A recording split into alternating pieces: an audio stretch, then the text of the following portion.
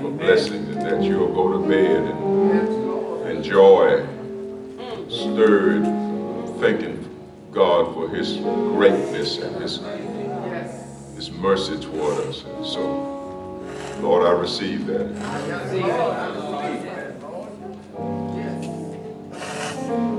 This is a wonderful day for a miracle. Hallelujah.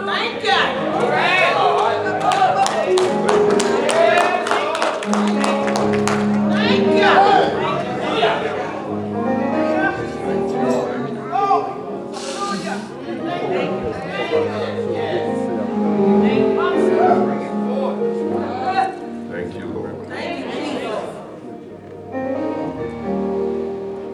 Thank you, Lord.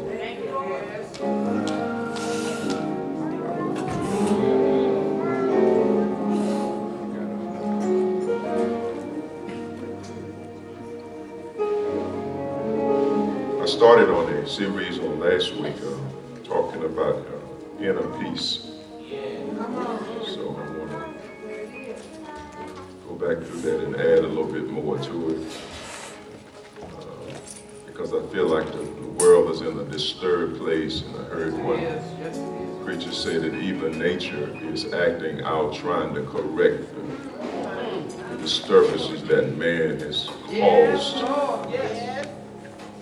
Romans talks about how the earth is groaning, waiting for the sons of God to get in position in their appointed place so that they can free it from the sickness and disturbance that imbalances. Thank you, Lord. So we're going to talk a little bit more about that inner peace. So this will be a quick overview, sum a little bit, and then move into just one section. I want to add a little bit more to it today. So I always give a subject so that I can separate, one message from the other. So today we just call it the gift of peace. The gift of peace. It's dealing with that inner peace. Start with the African proverb which we opened up with last week, where there is no enemy within. The enemies outside cannot hurt you. Thank you, Lord. So if you can steal the enemy within, you can rid yourself of the enemy within, because often we can be our worst enemy or even critic. You can steal the enemy within. The enemies without cannot hurt you. We came to a working definition on last week and how we got there, the evolution of the understanding of the word peace. And the result of it is that for just a working definition, and I'm going to go a little bit deeper than this today, peace, but for a working definition, because in the Old Testament it was more connected, at least from their understanding, to your prosperity and so forth, and it is still there. But it is more than just prosperity.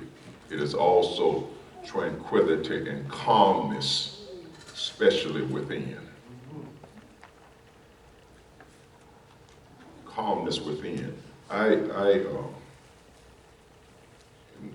It's no secret,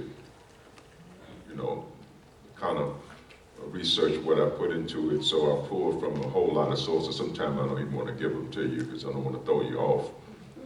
But the one problem, and I'm going to call it a problem per se, but it is an issue, is from language to language, words take on different meanings. And so a lot of times in these translations that we have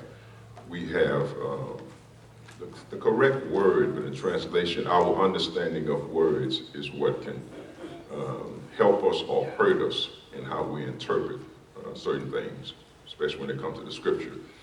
And so we have to do some kind of comparative research, various translations, to make sure that we get the right words that conveys the message that the Bible is speaking to us. Because if you use certain words today, it means something totally different than it did, let's say, 10 years ago, let alone 1,000 years ago. And therein lies the problem a lot of times. And so I'm just explaining this to you. So when we pull from sources, I'll use the same scriptures, but how they translated. And that's where these Ethiopic texts of scripture, the Syrian text of the scriptures, and so forth comes into play, because we do the semantic, the breakdown of the words that they use. Peace, tranquility, and calmness. In one of the languages that's used by the Native American community, the word that they use for peace, let me pull it up. It means, and this is what their word says, we have like calmness and tranquility. They have to sit down in your heart.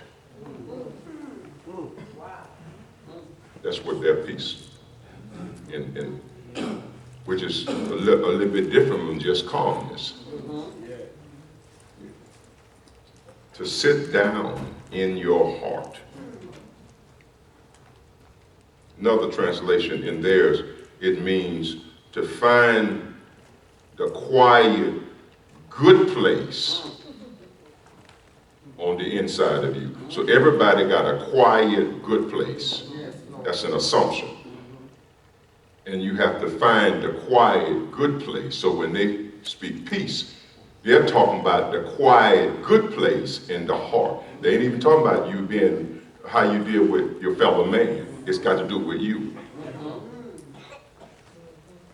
So based on that, the true Hebrew definition for peace is not connected to your circumstances. And therein lies the problem. Our peace is connected to our circumstances. But the real meaning of peace, according to them and others, has nothing to do with your circumstances. My circumstances don't affect the quiet place on the inside. My circumstance don't prevent me from finding the quiet, good place. My circumstances doesn't keep me from sitting down in my heart. Sitting down is to be at rest within. So it's got nothing to do. So therefore, you can be in a storm and still be sitting down in your heart. Which is what we get when Jesus on the ship, he was laying out.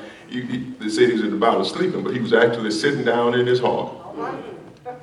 Because his peace has nothing to do with your circumstances. When you find out how to stay calm, now we can connect that to scripture when James says things like, count it all joy when you fall into diverse temptations, considering what God has given us, the peace that God has given us. Don't go through no changes. Amen. Say thank you. Thank you, Lord.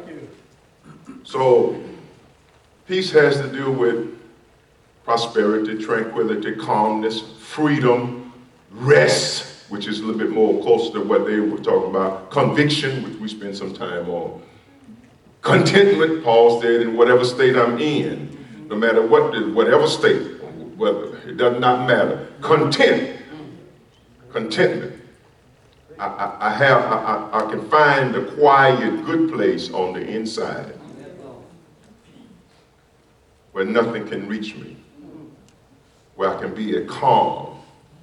And of course the proverb comes into play. When you can find that place, what people do will affect you less, because you have what David calls that refuge, that place that you can always go to, which is your quiet place, your good place. Got nothing to do with the circumstances. Contentment, and then last of all, tapped into peace, is really God's presence, which I'll end up with again today.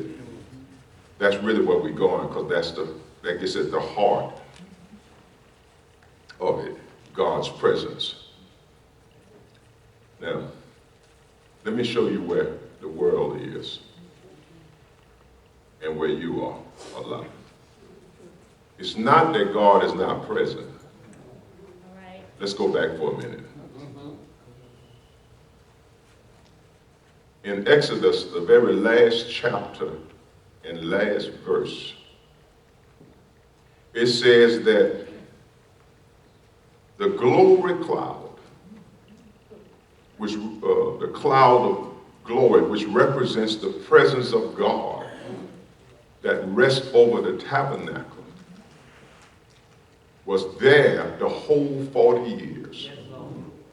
That tabernacle represents God's presence. That glory cloud represents, and when the cloud would send a little bit above the tabernacle, right, they were to go forward, and when the cloud, which represents the glory, his presence, will assemble down, they were to be still and stay there.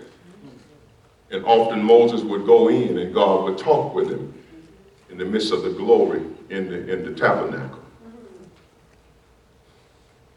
So God's presence was with them the whole 40 years. They saw it, and yet they had no peace. They murmured, complained, couldn't believe. Not because he wasn't present, but sometimes we for whatever reason, we take things for granted, we devalue it, we don't esteem it, or we connect it to our circumstances, and so we can live a life with God being present and still never be at peace in our spirit. Amen. So it moved from a physical thing to a spiritual thing, but we're still, even with the knowledge of God's presence, very disturbed in our spirits because we connected to circumstances. And today, we're going to try to shift that a little bit. Help you to know to always find your place of refuge, your place of strength, your place of comfort, your place where God never leaves, the place where God is with you, and you find comfort in that. So anyway, we got this working definition, ultimately, God's presence. All right, let's pull it from the scripture. John, I taught this in detail last week, so let's just flow through it. Peace I leave with you. We said the first piece is a salutation, like blessings be with you, go with you. Peace be upon you, your way be prosperous, God go with you. That's a piece of salutation, which is different from the second piece. So Jesus said, my peace I leave with you, salutation, go in peace. Then he says, my peace I give to you. That's a different peace. Not as the world gives, do I give to you. Then he goes on to conclude by saying, don't let your heart be troubled. Yeah. Now you understand that scripture makes a little bit more sense. Don't be troubled, because I'm going to give you something that the world didn't give and the world can't take away. Amen. One of the translations right here, the commentators rather said that this tranquility of soul that Jesus was talking about, he said, I'm going to give you this when we use the word tranquility, which is uninterrupted happiness.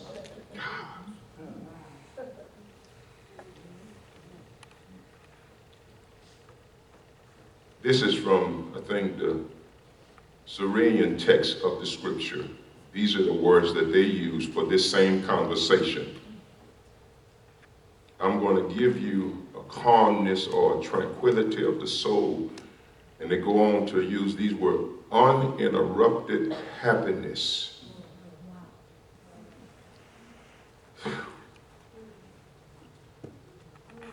Everlasting friendship, fellowship, all this is in it, and relationship with God the Father, the same which I enjoy.